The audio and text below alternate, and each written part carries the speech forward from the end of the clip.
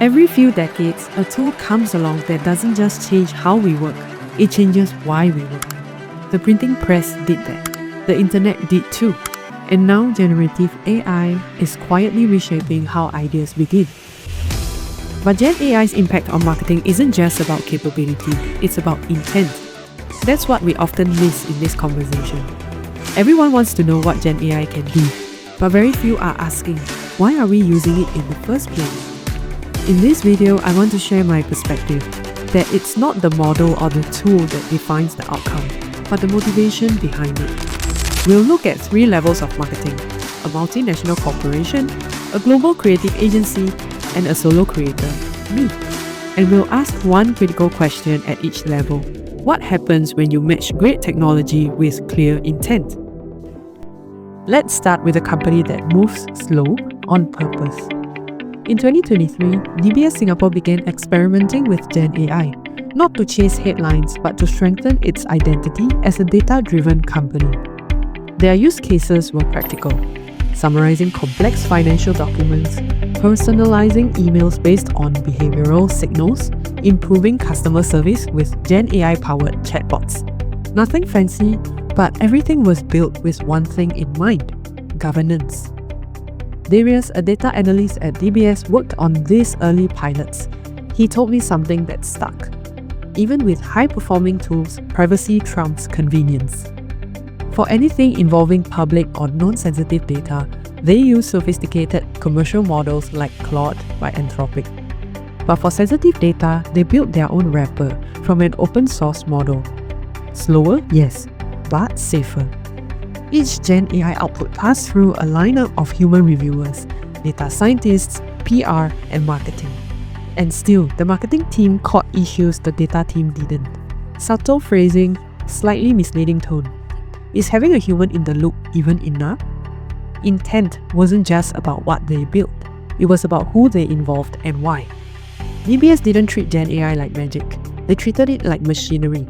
Powerful but only in skilled hands, with clear objectives and the patience to measure outcomes properly. Because at a scale like theirs, it's not just about what Gen AI can do, it's about what it's allowed to do and who gets to decide. Now let's shift gears.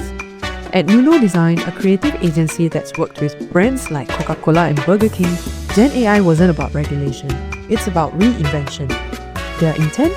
To unlock creativity by removing what the founder, Nuno Boggiss, calls logistical deadweight. They didn't use AI to replace designers, they used it to unblock them. What once took weeks were now drafted in hours using Midjourney and Adobe Firefly. For Burger King, they rendered fictional burgers like the Swiss or the Australian in minutes, sparking real menu tests in select regions. When they partnered with Call of Duty, AI helped them to reimagine the Burger King mascot in military gear.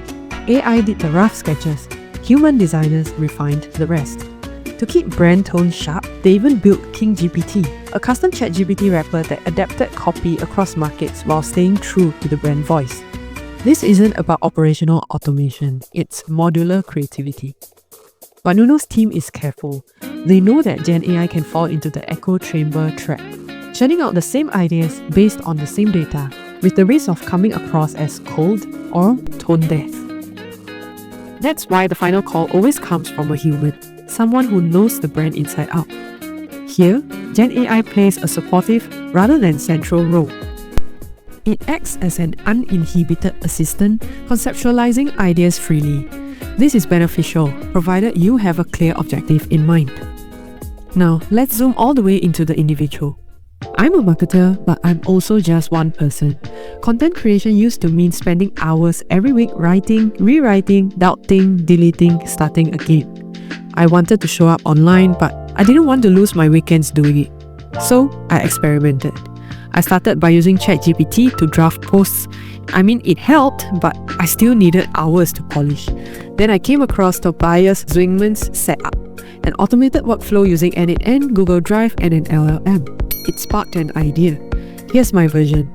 I record a voice memo after meetings or reflections. It's raw and unfiltered. I upload the transcripts to Google Drive. That triggers end-to-end to send the transcript and a pre-written prompt to ChatGPT via APIs. In minutes, I get insights and draft LinkedIn posts. I pick the ones that I like, and then I edit it for tone using my own custom GPT, and I'm done. All in under 20 minutes. The output wasn't perfect, but it didn't have to be, because I was still thinking and still choosing. That's what mattered the most. It would have been easy to feed the system with someone else's podcast or white paper and just pass off the results as mine. But I didn't. Because the point wasn't just to publish content. The point was to show up with my unique perspectives. If DBS was about governance and Nuno design was about creative expansion, then for me it was about discipline. Knowing when to use Gen AI and when to stop. Because in the end, the more powerful the tool, the more careful the user has to be. But of course, not every use of Gen AI is guided by clarity. Sometimes the tool works perfectly, and it's the people that don't. We've already seen AI-generated campaigns backfire, whether it's tone-deaf copy, biased imagery, or misleading claims. A chatbot was pulled after it went rogue. An agency got dragged for using AI-generated images. But these were not fringe experiments. They were launched by recognizable companies with real budgets and teams. It's not just about the tools, it's about intentful oversight. According to McKinsey, while 55% of companies were piloting Gen AI, only 21% have governance protocols in place. The gap is clear, but the consequences are not. Without regulation, many of these missteps only lead to short-term PR damage.